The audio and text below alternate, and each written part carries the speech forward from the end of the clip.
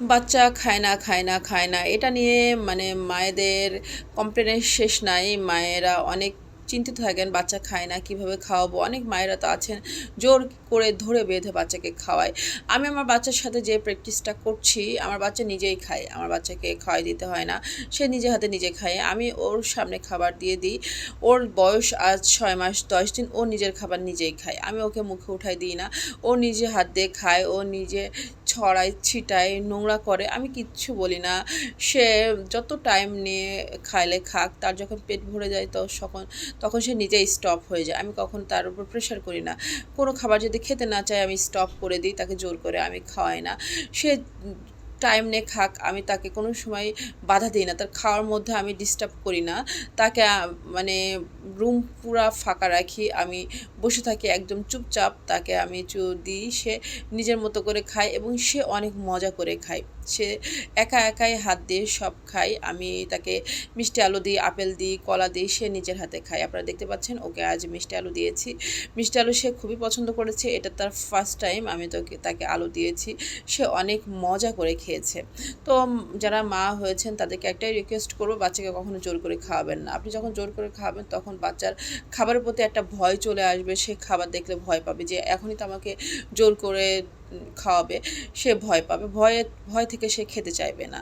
বাচ্চাকে নিজের মতো করে ছেড়ে দিন, বাচ্চাকে স্বাধীনতা দিন, বাচ্চা নিজের মতো করে খাক না, তাতে কি হয়েছে, জায়গা নোংরা হয় হোক না, সে টাইম নেয় নিক না, কোনো অসুবিধা নেই, সে নিজের মতো করে খাক। রিহান বাবুর বয়স আজ 6 মাস 10 দিন। তো সে সব খাবার মানে মোটামুটি আমি কয়েকটা খাবারের সাথে তার ইন্ট্রোডিউস করিয়েছি। তাকে মিষ্টি আলু দিয়েছি, তাকে আপেল দিয়ে দিতে, তাকে নাশপাতি দিয়েছি, তাকে খেজুর দিয়েছি।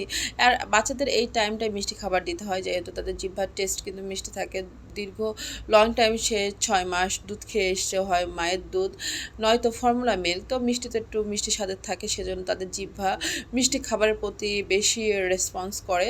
তো বাচ্চাকে এই মিষ্টি জাতীয় খাবারগুলো দিবেন, ফলের মধ্যে নাশপাতি দিবেন, আপেল দিবেন, মিষ্টি আলু দিবেন, তারপর কলা দিবেন, খেজুর দিবেন, তারপর গোল আলু দিবেন। এই খাবারগুলো সে পছন্দ করবে। তারপর সবজির মধ্যে গাজর দিবেন, লাউ দিবেন, মিষ্টি কুমড়া দিবেন। আমি ওকে এই সবজিগুলো দিচ্ছি। এবং খিচুড়িটা আমি ওর সাথে যেটা করেছি, আমি প্রথমে ওকে ভাত ইন্ট্রোডিউস করিয়েছি, তারপরে ভাত ডাল ইন্ট্রোডিউস করিয়েছি, তারপর ভাতের মধ্যে এখন আমি মাছ দিই। মাছ আমি পাবদা মাছ দিই। পাবদা মাছটা নরম থাকে, কাটা কম থাকে। প্রথমে আমি ওকে শুধু সিঙ্গেল মাছ খাওয়িয়েছিলাম, তারপর তাকে ভাতের মধ্যে ভাত মাছ খাওয়িয়েছি। এখন আমি ডিমটা শুরু করিনি, ডিমটা আমি আরও পরে শুরু করব। ডিমটা শুধু ডিমের কুসুম দিবেন, ডিমের সাদা অংশ দিবেন না।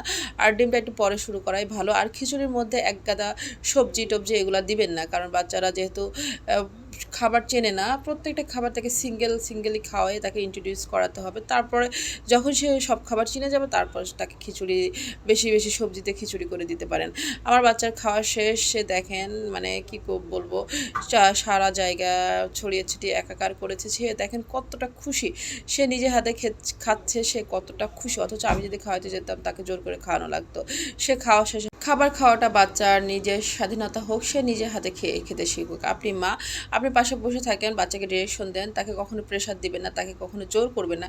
এই যে আমার বাচ্চা খাওয়া শেষ, সে কিন্তু তাই দিচ্ছে, সে কিন্তু অনেক অনেক খুশি। আমি নিজে হাতে খাওয়াতে গেলে সে কিন্তু এতটা খুশি হতো না। এবং খাওয়া শেষে দেখেন সে বাটিটাও খেতে যাচ্ছে।